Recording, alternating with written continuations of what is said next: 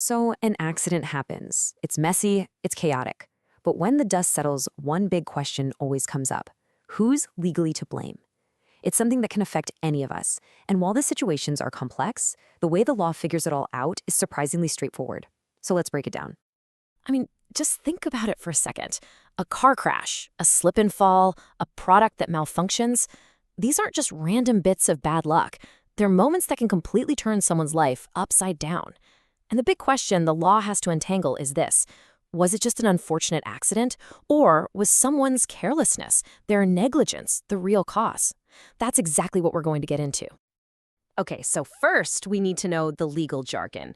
The key term here is quasi-delict. Now, I know it sounds super complicated, but it's not. All it really means is an accident caused by carelessness. It's the law's way of dealing with situations where someone gets hurt because of another person's negligence, and, this is key, there was no contract between them. So how does a court figure out if a quasi-delict actually happened? Well, it's not just some random guess. The law is really methodical about it.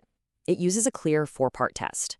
4 simple questions that help cut through all the noise to figure out if someone was legally at fault. And here they are, the 4 big ones: duty, breach, injury, and causation. For anyone to win a negligence case, they have to prove every single one of these. Think of it like a legal checklist. If even one box is left unchecked, the whole thing falls apart. So for the next few minutes, we're going to walk through this checklist using a real and pretty intense case. First up, duty. This is the bedrock of the whole thing. Just by living in society, we all have this basic, fundamental duty to act in a way that doesn't put other people at an unreasonable risk of harm. Whether you're driving a car, running a business, or mopping a floor, you have a duty to be reasonably careful. And here's where this idea of duty gets really serious. In a landmark case, a court ruled that a gun store owner has a heightened duty of care. Why?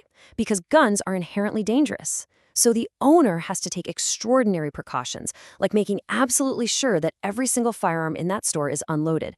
It's not just a suggestion, it's a legal duty. Okay, on to step 2, breach. This is the moment things go wrong. A breach is when someone fails to live up to that duty of care we just talked about. They either did something a reasonably careful person wouldn't do, or they failed to do something a reasonably careful person would do. Simply put, they dropped the ball. And in our gun store case, the breach was shockingly simple. The owner took in a gun for repair, but instead of checking it, he just tossed it in a drawer. That one single action, or inaction really, was a massive failure to meet the high standard of care his job required. He breached his duty, plain and simple. So next up we have injury and causation. And these two are basically a package deal. It's not enough that someone was careless. That carelessness has to have actually caused real harm. A physical injury, damage to property, you name it. The law wants to see a direct line, an unbroken chain of events connecting the negligent act to the injury. They call this proximate cause. And here's the tragic end to that story. A 17-year-old boy found the gun, it went off, and he was killed. The court connected the dots perfectly. The owner's breach, failing to check the gun, was the direct and proximate cause of the young man's death. You see, duty, breach, injury, causation, all 4 boxes were checked. But hold on. Even if all 4 of those elements seem to be there, the story isn't over. The person being accused of negligence gets a chance to fight back. They can raise defenses. So let's take a look at some of the most common ways they do that. Here are some of the big ones. The person might argue, hey, I was careful. Or, and this is a huge one, they might say the injured person was actually the one to blame. They could also argue it was a risk the person knew they were taking, or maybe it was a fortuitous event, an act of God, like a massive earthquake that no one could have predicted. Now, a lot of these defenses come down to proving you were careful enough. And in the Philippines, the law has this wonderful term for the standard of care: the diligence of a good father of a family. What does that mean?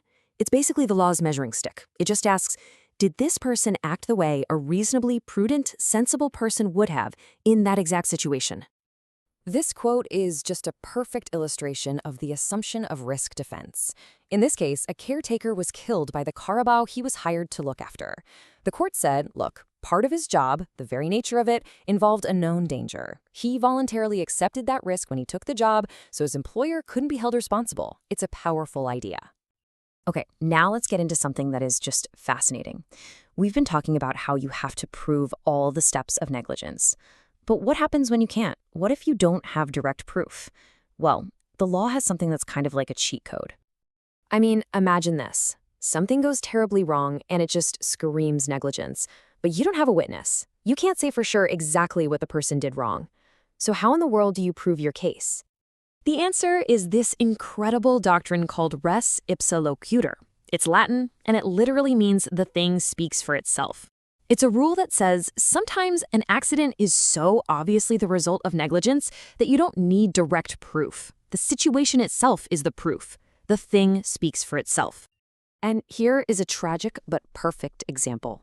A guy is just riding his motorcycle down the highway, minding his own business. Out of nowhere, he gets tangled up in a low-hanging electrical wire, gets thrown from his bike, and dies. Right? The situation just speaks for itself. We don't need a video of a worker forgetting to tighten a bolt. High-voltage power lines are supposed to be way up high. They don't just hang low enough to hit a person on a motorcycle unless somebody, somewhere, was negligent. So under this rule, the burden shifts. It's up to the electric company to prove they weren't negligent. All right, let's zoom out a bit. So far, we've mostly talked about the person who directly caused the harm. But sometimes responsibility doesn't just stop there. It can ripple outwards and pull other people into the circle of who's to blame. This concept is called vicarious liability. And the most common everyday example of this is the relationship between an employer and an employee. The law basically says that if an employee messes up and hurts someone while on the clock, the boss can be held responsible too. But here's where it gets really important to pay attention to the details. In a civil case, a quasi-delict case, the employer's liability is primary. That means you can sue the boss directly. The law assumes the employer was also negligent in how they hired or supervised that employee. But in a criminal case, the liability is subsidiary. That means you have to go after the employee first, convict them, and only if they can't pay can you then go after the employer. It's a huge difference. And this case makes it all crystal clear. A 6-year-old girl gets hit by a car in a driveway. The driver was negligent, no question. But the court also held his employer directly liable. Why? Because the employer couldn't prove that she had exercised the diligence of a good father of a family in supervising her driver. Her failure to prove her own diligence made her responsible for his. And that's really what it all comes down to. The law of negligence is this constant, delicate balancing act. It's trying to get justice for people who are harmed, but it's also trying to define the limits of our responsibility to each other. In our crazy, complex world, figuring out where one person's fault ends and another's begins, well, that question is more important than ever. Thanks for joining me for this breakdown.